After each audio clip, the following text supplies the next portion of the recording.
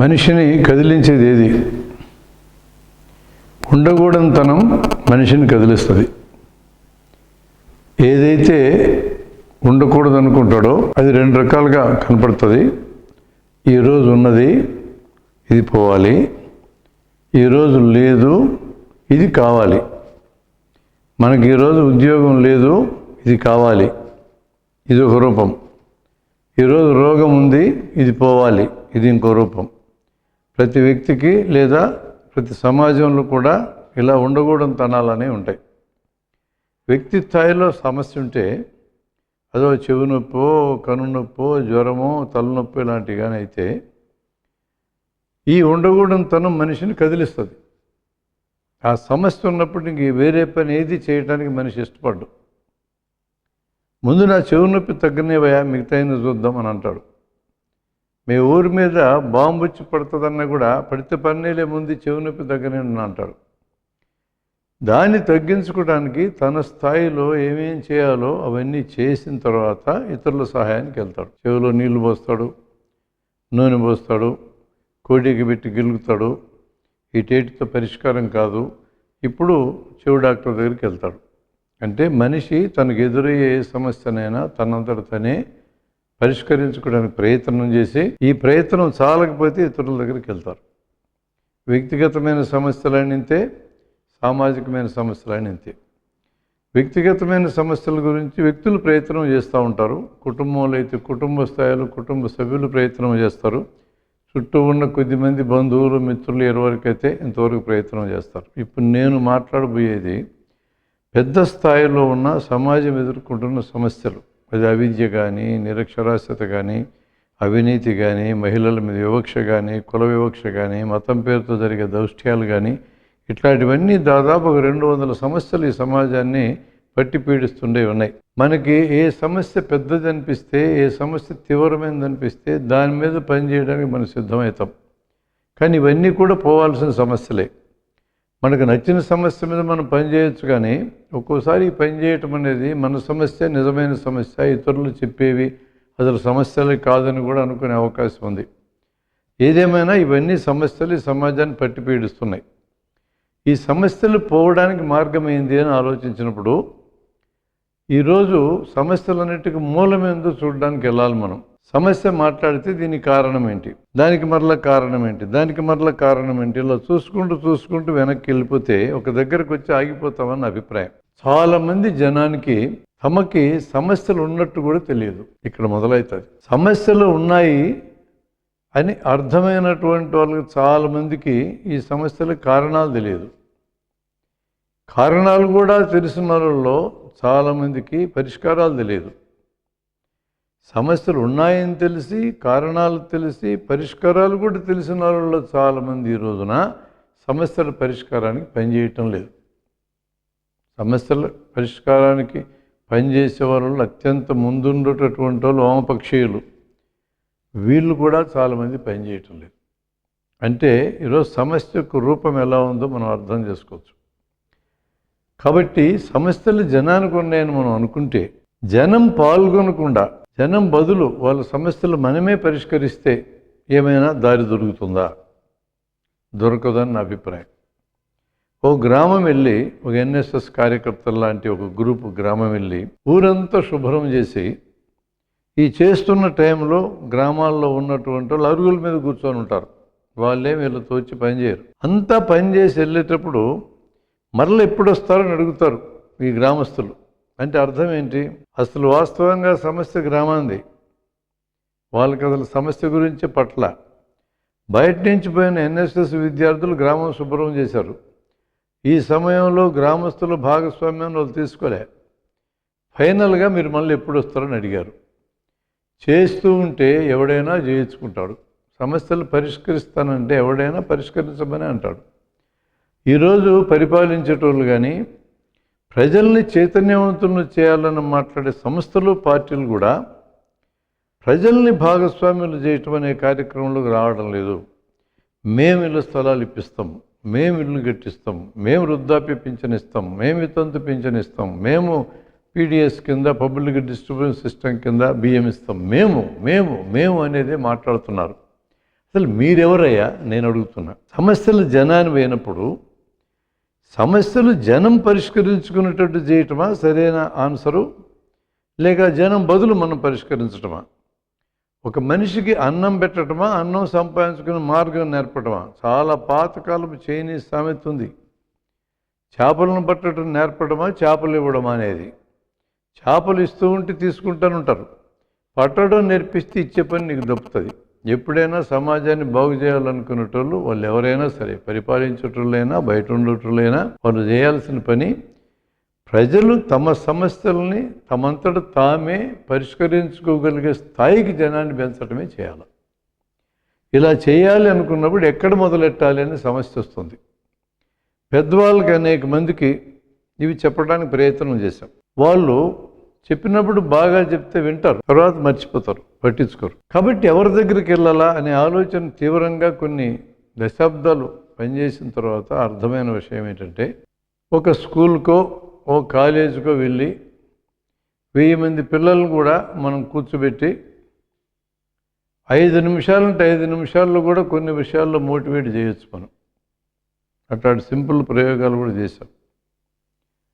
Cool డ్రింకులు 15 రూపాయలు పెట్టి కొంటాం, ఇందులో యాసిడ్స్ ఉన్నాయి, ఇందులో పురుగు మందులు ఉన్నాయి. ఈ 15 రూపాయలు రూపాయి ఖరీదైన ఈ వస్తువులు 6 రూపాయలు ప్రచారానికి ఖర్చు అవుతుంది, 8 రూపాయలు అమెరికా పోతుంది. నా ప్రియమైన దేశభక్తులారా, మీరు వీటిని వాటే బదులు మన అమ్మ నాన్నలు, మన రైతులు తయారు చేసే టెంకాయ నీళ్ళు, కొబ్బరి నీళ్ళు, చెరుకు రసము, మజ్జిగ, పాలు, నిమ్మకాయ నీళ్ళు, నన్నారి ఇట్లాంటివి తాగండి అని అంటే అంతా కలిపి నిమిషం లోపల మోటివేట్ అయ్యే పిల్లలు మేము ఇంకా తాగమని ప్రతిజ్ఞలు చేసిన సందర్భాలు కొన్ని వందలు మేము చూసాం. పిల్లలు మారుతారు. వాళ్ళకి ఆకర్షణీయంగా చెప్పాలి, అర్థమయ్యేటట్టు చెప్పాలి, మోటివేట్ చేసేటట్టు చెప్పాలి, కదిలించేటట్టు చెప్పాలి, చెప్తే మారుతారు. ఈ 1000 మంది పిల్లల యొక్క తల్లిదండ్రులు 2000 మందికి ఈ విషయాలు నచ్చజెప్పాలంటే 2000 దినాలు ఖర్చు పెట్టినా కూడా నచ్చజెప్పలేము. ఇది మన అనుభవం. అందుకని ఎక్కడి నుంచి మొదలెట్టాలి సమాజంలో మార్పు తీసుకురావాలంటే అనేది మనం గమనించినప్పుడు విద్యాలయాల దగ్గర నుంచి మొదలెట్టాలి. మనకు ఒకవేళ ఆర్ఎస్ఎస్ రాష్ట్రీయ స్వయం సేవక సంఘం వల్ల భావజాలు నచ్చినా నచ్చకపోయినా వాళ్ళు కొన్ని వేల స్కూళ్ళు పెట్టి, సరస్వతి శిశు మందిరాలని, విద్యాభారతి పేరుతో హై స్కూళ్ళు పెట్టి పిల్లల్ని ఆ వయసు నుంచి తయారు చేయటం మొదలెట్టారు. ఈరోజు అధికారంలోకి వాళ్ళు వచ్చారు అంటే ఢిల్లీలో దీని వెనక ఒక 70-80 ఏళ్ళ కృషి ఉంది. దీన్ని మనం మర్చిపోకూడదు. మంచి చెడుల్లోకి వెళ్ళడంలో ఆ మెథడు చాలా కరెక్ట్ మెథడు. విద్యాలయాలను పట్టుకోవాలనేది, విద్యార్థులను ఆ దశలో పట్టుకోవాలనేది. ఇప్పుడు ఆ విద్యార్థులు 2 తరాల తల్లిదండ్రుల కింద మారినారు. ఆ తల్లిదండ్రులు కూడా ఆ భావజాలం నిలబడ్డది. విద్యార్థి దశలో ఎక్కిన భావజాలం ఆ విద్యార్థికి నేరుగా ఉపయోగపడేదే కాకుండా, విద్యార్థిని నేరుగా ఇన్ఫ్లుయెన్స్ చేసేదే కాకుండా వాళ్ళ తర్వాత తరాన్ని ఇన్ఫ్లుయెన్స్ చేస్తుంది, ముందు తరాన్ని ఇన్ఫ్లుయెన్స్ చేస్తుంది. అందుకని విద్యార్థుల దగ్గరికి పోవడమే, ఏ సామాజిక సమస్యని పరిష్కరించాలనుకుని ఎవరైనా విద్యార్థుల దగ్గరికి పోవడమే సరైంది. ఇప్పుడు ఒక స్కూల్కి వెళ్ళాం, లేదో కాలేజీకి వెళ్ళాం. ఒక ఇంజనీరింగ్ కాలేజీ వెళ్ళామనుకోండి, ప్రిన్సిపాల్ దగ్గరికి వెళ్ళి మీ కాలేజీలో ప్రోగ్రాం పెడతామండి అంటాం. ఏం పెడతారంటాడు. మీ కాలేజీలో క్యాంపస్ ఇంటర్వ్యూస్ జరుగుతాయి కదా, ఈ క్యాంపస్ ఇంటర్వ్యూస్లో ఇంటర్వ్యూ చేసేటటువంటి వాళ్ళు వీళ్ళ మార్కుల లిస్టు కంటే ముందు, వీళ్ళ వేషధారణ కంటే, వీళ్ళ బూట్లు టక్కు టై కంటే ముందు వీళ్ళ మానవ సంబంధాల పద్ధతులు ఎలా ఉన్నాయి, వీళ్ళ కమ్యూనికేషన్ స్కిల్స్, భావ ప్రకటన నైపుణ్యాలు ఎలా ఉన్నాయని చూస్తారా చూడరా? ఖచ్చితంగా చూస్తారని చెప్తారు వాళ్ళు. వాటిని నేర్పిస్తాం మేమని చెప్పి ఎంటర్ అవుతాం. ఇది ఎంట్రీ పాయింట్. సమాజాన్నంతా మార్చడం ఎలా చెప్తాము, లోకాన్నంతా బాగు చేస్తామని చెప్తే మనల్ని రానియరు. మీ పిల్లలకి తక్షణమే ఉపయోగపడే మేము నేర్పిస్తామంటే ఖచ్చితంగా రాణిస్తారు. అలా ఎంటర్ అయ్యి కనీసం ఒక్క క్లాస్ రూమ్ను మన చేతికిచ్చినా మనం చెప్పే విషయాలను ఆధారం చేసుకుని తర్వాత పదే మనల్ని రాణిస్తారు. ఇక్కడ కూడా స్కీమ్ అయింది. ఇది మొదటి స్టేజ్ ప్రోగ్రాం. ఒక కాలేజీకి వెళ్ళాం. ఈ కాలేజీలో అది ఎంతమంది అని ఉండని, 100 మందిని చేతికి అప్పచెప్పని, 1000 మందిని అప్పచెప్పని, నీ వెంట జూనియర్స్ కూడా వస్తారు. ఈ జూనియర్స్తో 4-5 నిమిషాలు మాట్లాడించి, వాళ్ళకి ఎక్స్పోజర్ కోసం మాట్లాడించి, ఒక అర్ధగంట పాటు మెయిన్ ఉపన్యాసం ఉండాలి. మనతో వెళ్ళిన మెయిన్ ఉపన్యాసకుడు, ప్రధానమైన ఉపన్యాసకుడు మాట్లాడతాడు. అర్ధగంట కంటే మించి మాట్లాడక్కర్లా.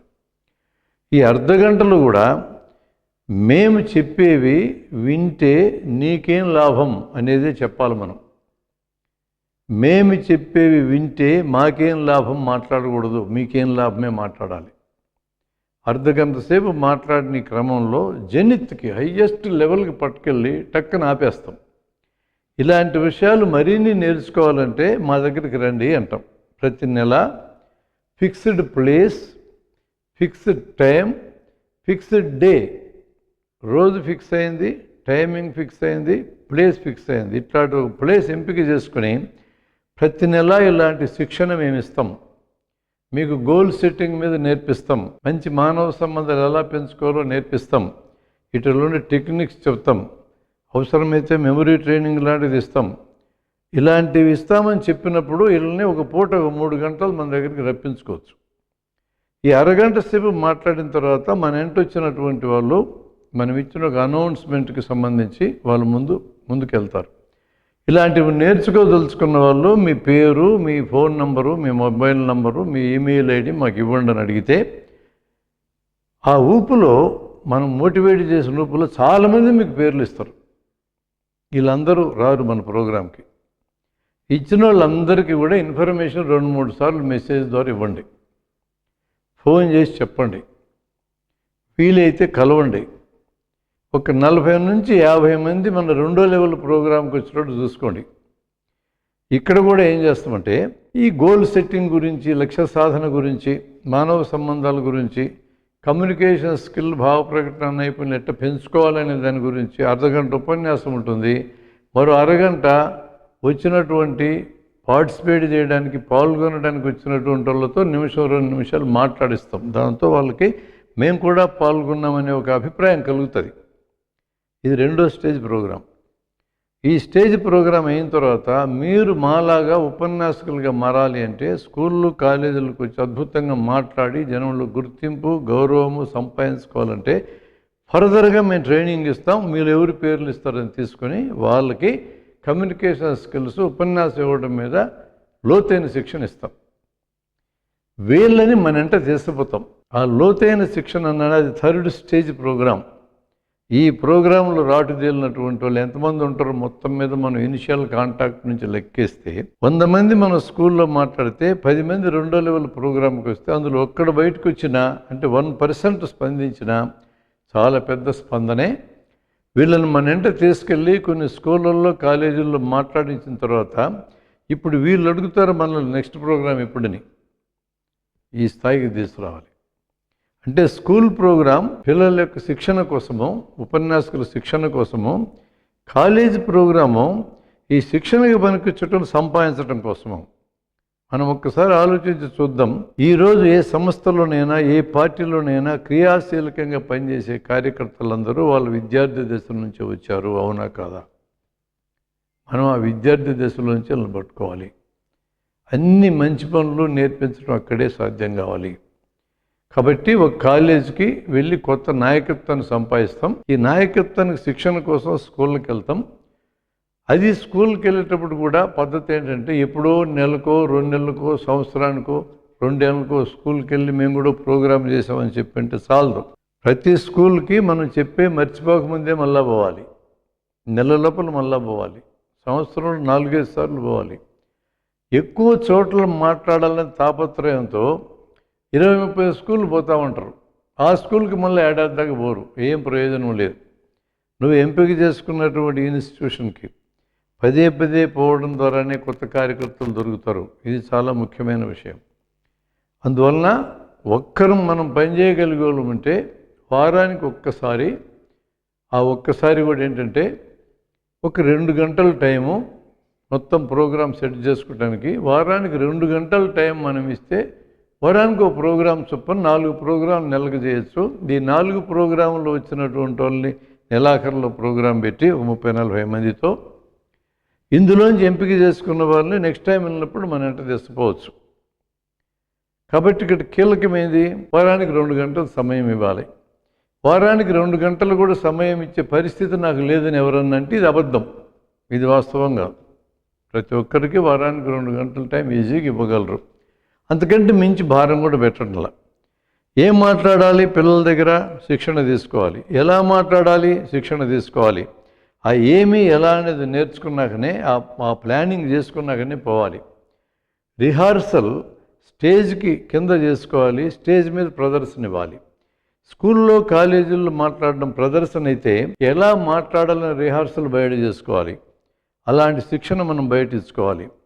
కాబట్టి ఈరోజు ఏ సంస్థకైనా మాట్లాడగలిగే వాళ్ళు, ఉపన్యాసం ఇవ్వగలిగేటోళ్ళు పెద్ద కొరత ఉంది. ఈ కొరతను మనం తక్షణమే పరిష్కరించుకోవాలి. అట్లా మనం ఏంటంటే ఒక సిటీలో ఒక 100 స్కూళ్ళు ఉంటే 100 స్కూళ్ళకి ఒక నెల లోపల మనం వెళ్ళగలిగే పరిస్థితి వస్తే మనం ఇన్ఫ్లుయెన్స్ చేయొచ్చు. అంటే చూసే జనం ఎలా చూడాలంటే మనల్ని, ఇదిగో వీళ్ళైతే సమాజాన్ని మార్చగలరు, ఇంకెవరూ మార్చలేరనే అభిప్రాయం రావాలి వాళ్ళకి. అలా రావాలి అంటే ఫ్రీక్వెన్సీ ఉండాలి, నెల నెల వెళ్ళగలగాలి, అన్ని ఇన్స్టిట్యూట్స్కి వెళ్ళగలగాలి. 1 or 2% జనం మారితే సమాజం మారుతుంది. 1 or 2% మనం ఈజీగా టార్గెట్ చేసి మనం చెప్పొచ్చు. మన దగ్గరికి రెండో స్టేజ్లో వచ్చినప్పుడే వాళ్ళకి సోషల్ రెస్పాన్సిబిలిటీ, మనం ఇతరుల కోసం ఎందుకు పనిచేయాలనే విషయాన్ని కూడా మనం వాళ్ళకి ఇంట్రడక్షన్ ఇస్తాం. ఆ ఇతరుల కోసం పనిచేయడంలో మొదటి భాగం ఏంటంటే ఇతరుల కోసం ఒక ఉపన్యాసం తయారు చేసుకుని పోయి మాట్లాడడం. ఇందులో నీ గుర్తింపు అనేది ఉంది. నువ్వు మాట్లాడేటప్పుడు ఆకర్షణీయంగా మాట్లాడాలి, లేకపోతే వినరు. అర్థమయ్యేటట్టు మాట్లాడాలి, లేకపోతే అర్థం కాదు వాళ్ళకి, నీ వెంటరారు. మోటివేట్ చేసేటట్టు, కదిలించేటట్టు మాట్లాడాలి, వాళ్ళే నీ క్లాసులకు వస్తారు.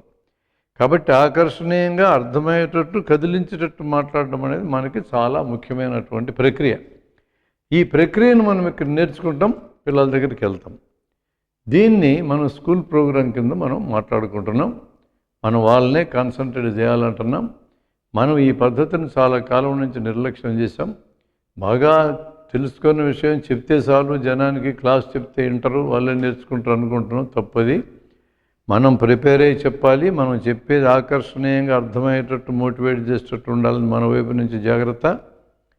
అవతల వాళ్ళు వినాలి, విన్నటువంటి వాళ్ళు అర్థం చేసుకోవాలి, అర్థం చేసుకున్న వాళ్ళు అంగీకరించాలి సరైందని, అంగీకరించిన వాళ్ళు ఇష్టపడాలి, ఇష్టపడిన వాళ్ళు చేయాలి అనుకోవాలి, చేయాలి అనుకున్న వాళ్ళు చేయాలి. ఇప్పుడు చేయాలి అంటే మన స్కీములు ఏంటంటే మన వెంట వచ్చి ఉపన్యాసం ఇవ్వడానికి సిద్ధం కావాలి. ఇది చేయాలి అంటే అర్థం. ఒకసారి అలా చేయాలి అనేది పూర్తయిన తర్వాత ఈ చేయడంలో ఉన్న లోటుపాట్లు ఏందో సమీక్ష చేసుకోవాలి, సరిదిద్దుకోవాలి, మరలా చేయాలి. అలా ఇంప్రూవ్ అవుతూ పోవాలి.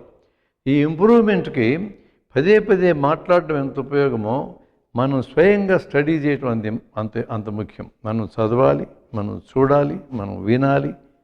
బాగా వినని వాడు బాగా మాట్లాడడం నేర్చుకోలేడు. కాబట్టి అది కూడా ఒక అవసరమే.